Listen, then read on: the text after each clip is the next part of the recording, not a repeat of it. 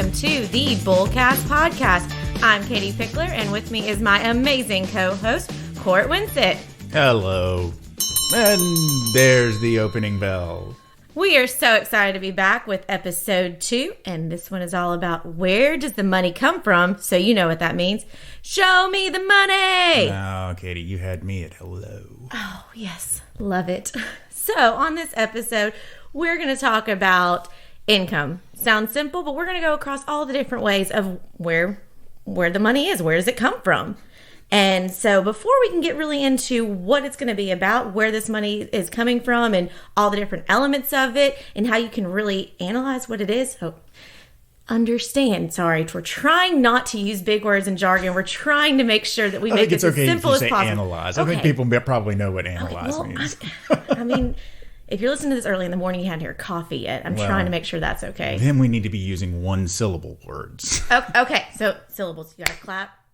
Clap 2 times. What is it? Okay, we're getting off target. Let's do something. Let's do the top 5. Oh, top 5 already. All right. Today, our top 5 is going to be not just where your money comes from, because that'd be a little bit too easy, but the top 5 most bizarre jobs, at least according to Katie and according to me. Katie, you're going to do your list of top 5, then I'll do my list of top 5 most bizarre jobs, the most bizarre places that money can come from. Okay, so we did some research on this, and we're, taking away some of those that you may first bring to mind that kind of are a little inappropriate. So we try to keep this very PG. First one I thought of was the unboxing videos on YouTube. I actually know somebody who got paid to just open different products, like a new iPad or, new camera. And it was just a video of them getting into the mail and taking the tape off and unboxing it. And they got paid to post this video. I do know people that get an odd satisfaction out of watching someone pull that film off of the screen of an iPhone, and I feel like you could probably that's almost like what's the word? I can't think of the word. Anyway, people just get an odd thrill out of watching that. You could probably make a lot of money just doing films of peeling films off of iPhones. Yeah, so interesting. My number 2, food critic. I think this kind of goes back to my love for the movie My Best Friend's Wedding, and Julia Roberts plays a food critic, and I just thought it was kind of the coolest thing because she walks in there and everyone starts panicking because she is the ultimate save if a restaurant's going to make it or not. And so, I think that's a cool, bizarre, fun way. You just get to go sample new restaurants and different dishes. Number 3, professional line stander. And this is someone that you pay to go stand in line for you for concert tickets, for the new hot thing. Apparently it's really big in New York. You actually get paid $25 an hour, and there's a company called Sold Same Old Line Dudes. So, do people still stand in line for concert tickets? I don't know, but I think they would stand in line for like iPhones and stuff like that. Yeah. I remember when I was a kid, we would camp out overnight in line at the local Ticketmaster so that we could be in line first thing in the morning when the tickets went on sale. And I don't think people still do that. I could be wrong. I know when I was in New York a couple of years ago, we went to go try out this cookie dough place because that was before they were everywhere. And then we're standing in line, and somebody in line told us, like, yeah, in New York we have a problem of lines just start forming and no one really knows what it is. You just know there's a line. It's obviously something great is at the end of this line, so you get in it. I don't know. I don't know if I could take pay to stand in line for someone else if it was something that really excited me. So I would have to probably, beg off on that Driven by job. the money, though. That's what it is. That's what we're saying. They get paid to do this. That was your 3, I think? No, yeah, that was 3. So 4, the chief fortune cookie writer. So this is a job. I looked it up. I think he makes about $40,000 a year. He, she, whoever it may be. But they write the fortune cookie little messages. It seems like they might be getting bored these days because I've seen more and more bizarre fortunes of late than I remember seeing, in the previous decades. But that's probably for a reason, because then you may go post that on your social media. So then someone else wants to go get Asian food, so then they can get a fortune cookie and they can see if they got a bizarre one. It's brilliant. That's why the big money is now in fortune cookie writing. It is.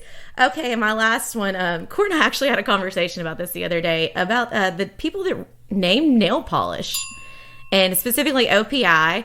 because they've got some crazy ones out there. But a couple of ones I looked up was crawfishing for a compliment and don't bossa nova me. Now, see, I think that the names themselves are absolutely bizarre, but the fact that it took a person who professionally was brought in to write those names makes sense, because you would practically have to have a comedian on your payroll to be able to come up with the names that you're describing. Yeah, like, that's not just red, that's vodka and caviar red. I mean, what does that even mean? Vodka's clear, caviar's black, but it's a red nail polish. It's beautiful. I love it, but...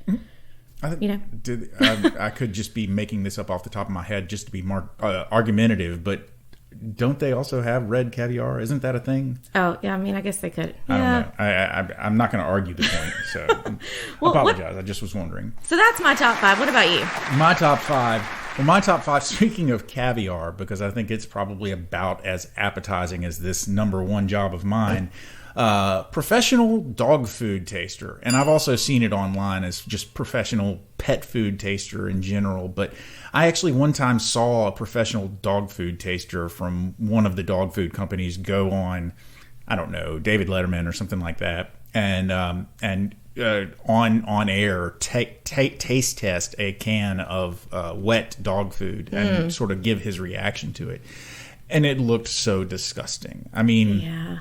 You know, the dog food just did not look pleasant. But there's a guy, at least one, I'm sure there's at least one per pet food company out there, whose job it is to taste pet food. And that just blows my mind, because how do we know that it tastes the same to them that it does to us? I mean, you know, we know that they like...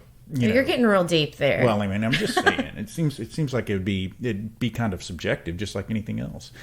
My number 2. Okay, this is me showing my age a little bit, and I apologize, but it blows my mind that there are professional gamers. Now, let me explain it a little bit more.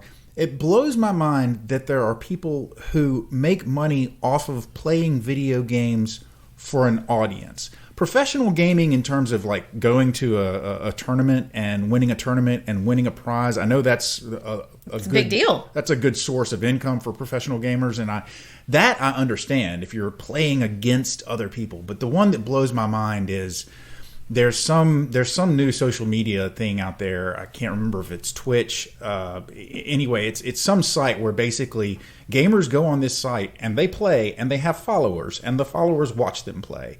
And they get paid by advertisers for probably like Doritos, Mountain Dew, all of that. I mean, and so they're just going onto their computer or their station at home and playing this, and then people are watching them, and advertisers are paying them just to play a video game. Just blows my mind. Number 4. Okay. I'm sorry, I skipped number 3. Number 3 is a very quick story from my childhood. Do y'all remember when when trash cans started coming with wheels on them so that you, the person who owned the house, could roll the trash can down to the curb? Probably not. No, I don't think so. when I was a kid that those things first came out. Before that, they just had trash cans in the backyard, and you would put your trash in your trash can, and then the trash man would come to your trash can and get it, and then roll it back out to the trash to the truck. Now, I think in some other cities they probably had trash cans that were on the street, but they were cans. They didn't have wheels. And then magically these trash cans with wheels came out, and the idea was the person who owned the house would roll the trash can down to the curb for the trash men to come pick up the trash. When I was a kid, my brother was just a little bit older than me, and he came up with the idea when they came out with these that he would go around the neighborhood and get people to sign up for his service, and they would pay him on a weekly basis to roll their trash can down to the curb for them. And he had a little business going for a couple of years. He's making some great income. Yeah, entrepreneur there. So, I mean, interesting job. Okay, number 4, professional sniffer. Somebody actually gets paid to smell people's breath, their underarms, their feet, to make sure that anti-odor products work. And I'm fine if the anti-odor product works, but I'm worried about the whole thing when it stops working. And number 5, again, showing my age, I don't understand vloggers / influencers. Again, it's this idea that these YouTube channels, and I've started to get it better now because I have a daughter that forces me to sit down and watch these YouTube channels with her. But these people that have their own channel, well, all they do is basically catalog their day and tell their subscribers about their day. And they get sponsors for this because they have so many channel subscribers. And then they're able to go out to other companies and say, I'm an influencer. I have all of these followers. If I promote your brand, these followers will buy your brand.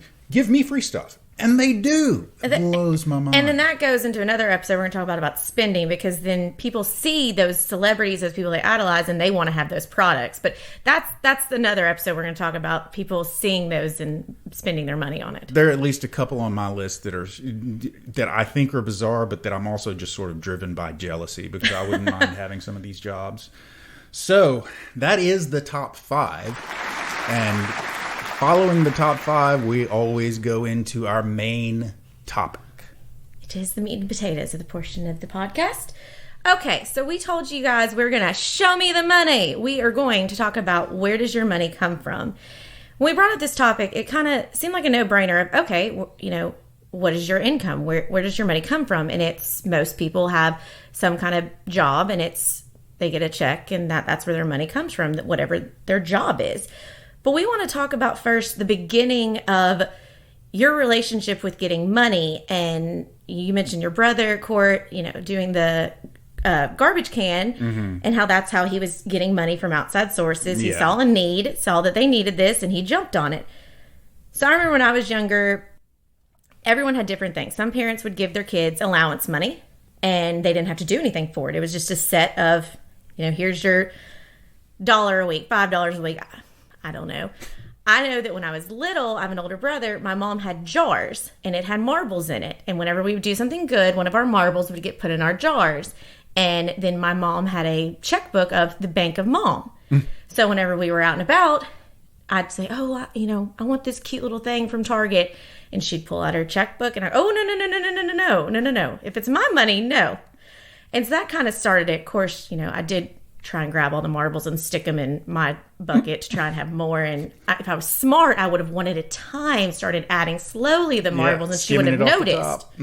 Yes, but I'm a greedy child. Wanted to put all the marbles in mine.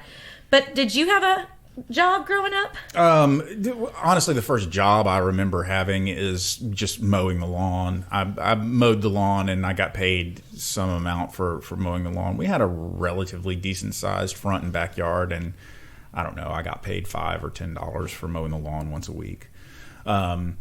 My first real job came from a little bit later on down the line, working for a family business, and we had a family business where we had contractors. We had people that weren't employed by us that we just gave the work out to, and they did the work. But then we also had some employees who went behind those people and checked their work. So we had people that we paid regularly, and then we had people that we paid just when they did a job for us. And I was one of the people that got paid regularly, at least during the summers.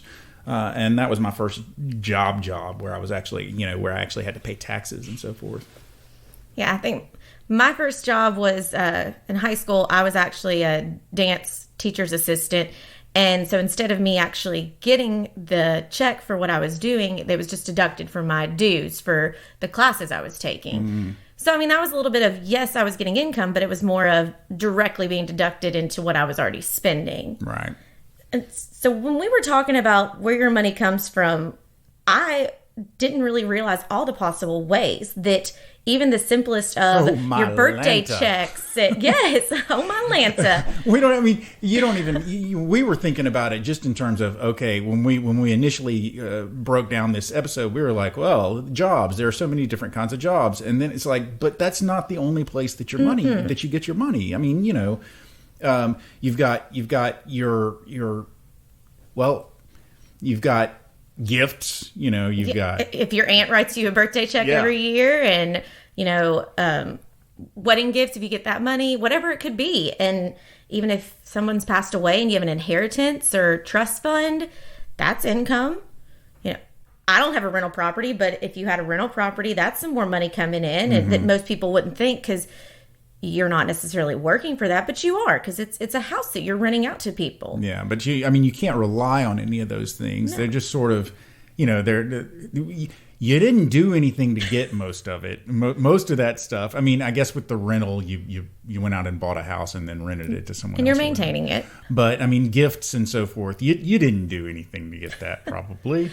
No, but you were just cute or something. It's income. You think about it. It's money coming in. It is. That you can apply. Yeah, so what other types of income are there? I mean, I guess we would be remiss if we didn't mention, since we are financial advisors. Oh, yes. We didn't actually mention, investment income, right? Yep, it's a big one. yeah, that is. So obviously, we're not going to go into a great deal of depth about investment income. That's not just one entire podcast episode. That's probably A whole series? yeah, we're going to do a whole series on that. But we're not there yet. We're still in the basics. But do want to throw that out there that, investment income is another type of income. And then... And one of the things that we had not thought about was mineral money, mineral sources. And you're probably going, what is that? And that's I don't know jargon. what that means. Jargon. So This is a no jargon zone, let's go Katie. back to the Beverly Hillbillies. Oh, okay. They got that black gold, what do they call it? Texas Crude tea. oil, Texas tea. So there was oil found on their land, and so they got royalties, essentially. They've got money paid to them because they happen to have lived on property that had a substance that someone wanted. Yeah, so someone else, they let's see. Jed was out hunting for some food, and he shot at something and he missed, but the bullet went into the ground and exposed oil on his land. And someone else was willing to pay him and his family, the owners of that land, money for the oil that was underneath the land. Mm-hmm. Now, presumably, they didn't sell the land itself. They just let somebody come in and take the oil out from underneath the land. That's a lot of words to explain mineral rights, but that's basically what it is. And then they loaded up the truck and they moved to Beverly. Oh, yeah, the Clampetts. They had to be in Beverly Hills. Yeah.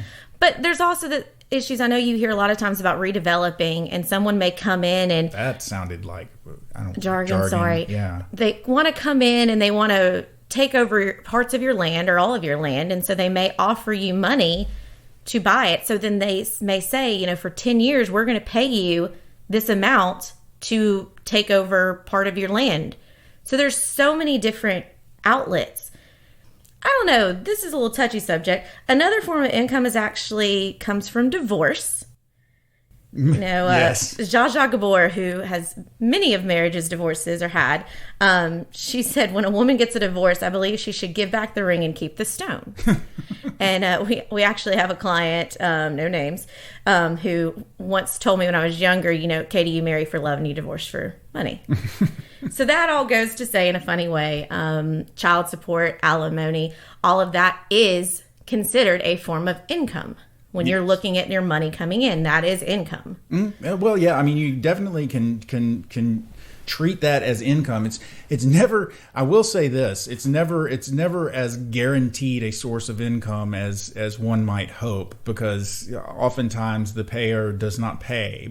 But So you said guaranteed, Court. What can you explain that a little bit? well, I mean, okay, so. Nothing in life is guaranteed. Certainly, there's very little sorts of income that you can absolutely rely you will receive regularly on a week by week or a month by month basis. That's what I would consider guaranteed. You know that a month after month you are going to get the same amount at the same time, and that you're going to be able to rely on that. So when I say, like, for instance, alimony isn't guaranteed, technically, you should be receiving the same amount, the same time of the month, every month for usually a set number of years. But the fact of the matter is, you're relying on someone else, your ex-spouse, who may or may not still like you, to pay you that money. They may or may not like paying you that money. So the idea that that's guaranteed, that you can count on it month after month, really is just false. It's just false. It's wrong. Yeah. Another component of income is if something happens to you, there's a lawsuit, anything like that, you can also get money that way. Legal reward. Yeah. Yes. If you go in and you prove that something happened to you and it was either somebody intentionally injured you, or someone did something stupid that resulted in you getting injured, then you go in, you sue them, and if you prove that they did something stupid and your injury was a result, then they will end up having to pay you some money. And that is income. So we're giving you all these examples of the different ways that you can have income that is so much more than just your typical, what we think of as paycheck. But why we're talking about this is because we want you to understand the nature of your income. Really see, what income do you have coming in? Is it just that you work at a job, you get paid 2 times a month? Are you in a commission-based situation where, depending on how much you sell or how much you do, you are compensated that way? Is it an hourly situation? That's where you want to break it down. Do you have a side hustle? Right. Basically, there are 4 different ways that you can describe income. Okay. So we've already talked about guaranteed. And then obviously the opposite of that would be non-guaranteed. Yeah. And then there's also fixed and variable. Okay, but what is that jargon? I feel like we've entered the no jargon zone. Okay, but well, give me a rules. second to explain. Okay, sorry. Let me explain, Lucy. Explain it to me. So if you have fixed income, you have an income that is coming in regularly, and I guess almost if you have a fixed and guaranteed income, that it's coming in regularly and at the same amount. So that would be like a salary. So guaranteed, you can count on it. You can count on it. You can rely on it. Okay. Now, there's very few things that you can actually count on. What is the quote about? The only 2 things in life that are guaranteed are death and taxes. Okay. I mean, that's it's kind of depressing. You always okay me. I'm sorry. This is a known thing. Everybody says this, or at least I thought everybody said this. I didn't know that. Sorry. Okay. I'm sorry. I'm getting a little aggressive. I'm getting defensive. Yes, because when you get real depressed, I guess you think about it like no one's really guaranteed your job, even though it's a salary, right? All the Social Security, any of that. But we don't want to get Debbie Downer here. So there are types of income that you know are going to be coming in regularly, that you know will happen, and then so that's guaranteed. You know it's coming in, and then there's also the idea of variable. When I say variable income or fixed income, I'm talking about the amount that you're going to receive. So there is variable income where you may or may not know that it's always going to come, but you don't know what the amount is going to be every time. And then there's fixed, and that is you know what the amount is going to be. So you have, for instance, if you earn a salary, then that's fixed. It may or may not be guaranteed. You may get fired tomorrow. No offense. I'm not saying you're going to get fired. I have no inside information on this. Well, if I'm not on the next podcast, you'll all know what happened. It'll be the court show. So, it's not necessarily guaranteed, but it is fixed. If you make a salary, then you know how much your paycheck is going to be every time. But if it's variable, then it could be based on any number of factors. For instance, if you are a gig worker, then a gig worker. I'm sorry, that's not really jargon, but if you're a person that works, like for Uber, or if you're a person that when I think of a gig, I always think of somebody that's playing in a bar, music, somebody that's going on tour, like Bradley Cooper or A Star Is Born style or something. Great movie. It is a fantastic movie. I have it. That's a whole different. We actually just need to do a pop culture podcast because there's so many things we could talk about. But that's a horse of a different color. And that is Dorothy. That is a horse of a different color. So anyway, variable would be the idea that the amount that you're going to receive changes. The amount that you're going to make changes based on any number of factors, whether it's the hours that you work or the place where you're working, the number of people that come to see you at a gig, the miles that you're driving because you're an Uber driver. That's all variable.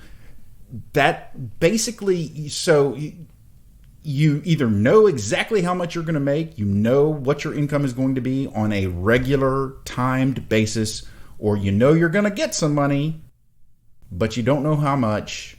Every time it could potentially be different. Boom, cord out.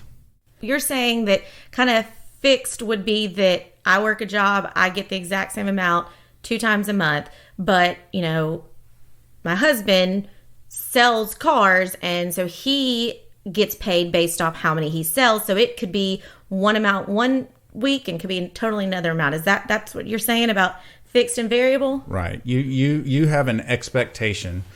You have an expectation that once every 14 days or once every 15 days, twice a month, whatever it is, that you will receive a paycheck. And you probably know, well, these days we don't actually receive a paycheck, do we? It just goes straight into an account. But you probably know exactly how much you are going to get.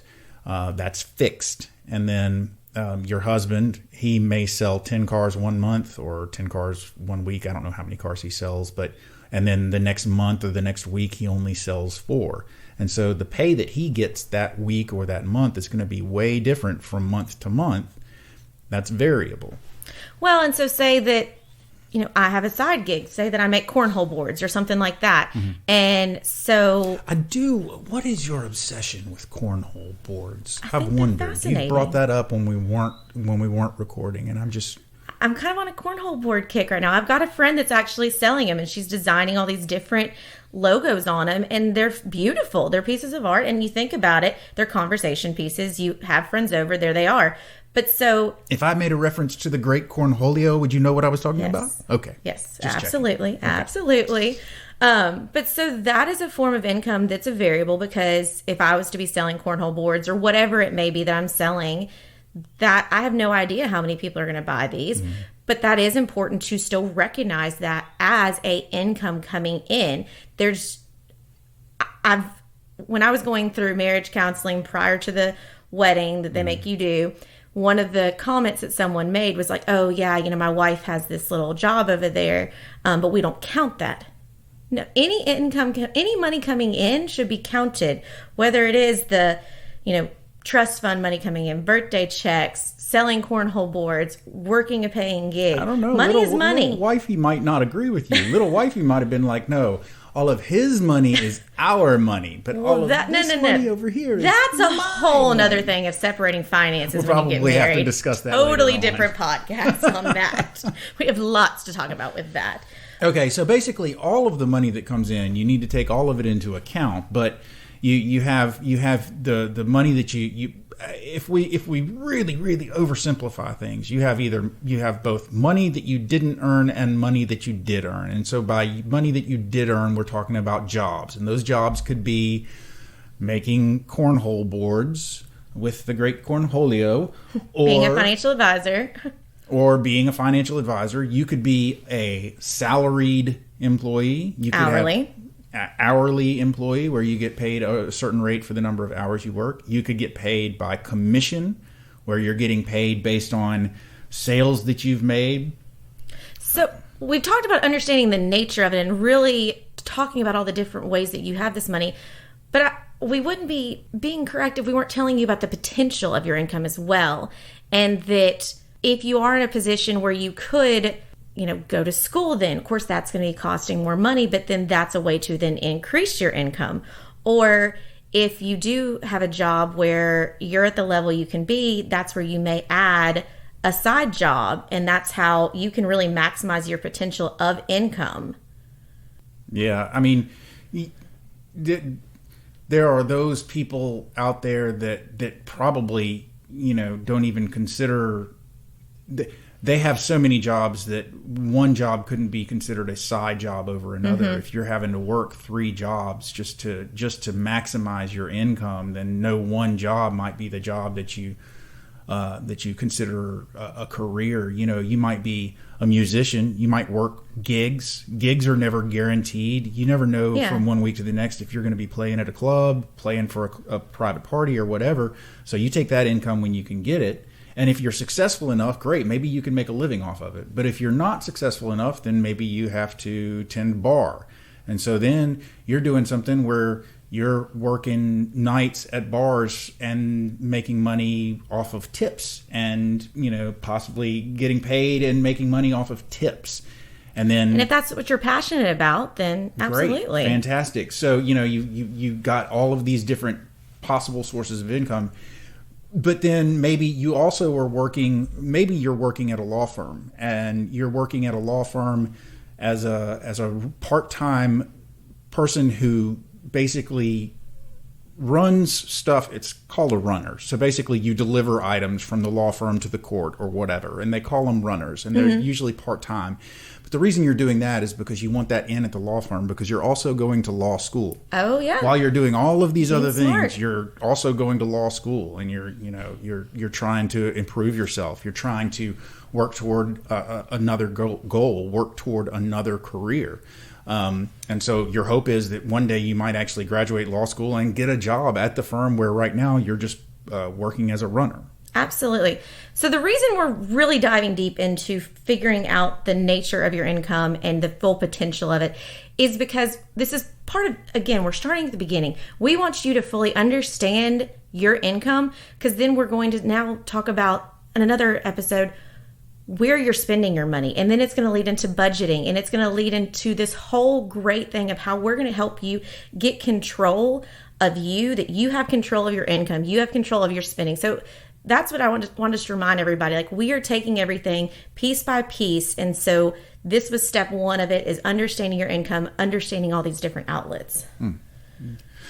I think that probably is a good place to try and find your sum up, Katie. So why don't you give me what your bullseye for this episode is?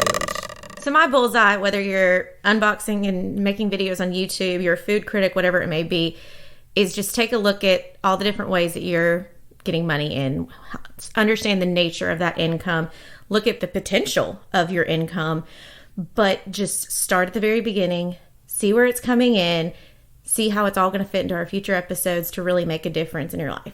What about you, Court? No, I get that, and I'm kind of on board with your bullseye.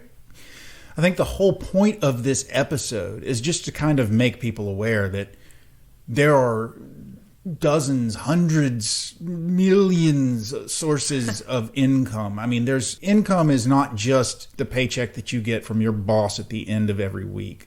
Income is everything. And so be aware of where all of the different places that you have money coming in, and that way you'll know what your resources are, so that you'll know what you have and what you'll have available to you to use to improve yourself and to improve your life.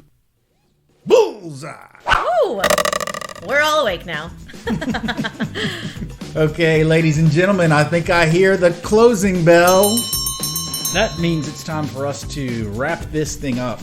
I do, before we leave, want to thank you for sticking with us and listening to us. This is, of course, our second episode, so we hope that you will come back many, many more times, because we will be putting many, many more of these out. But in the meantime, if you'd like to find out more about us, me or Katie, you can look us up at our website at bullcastpodcast.com.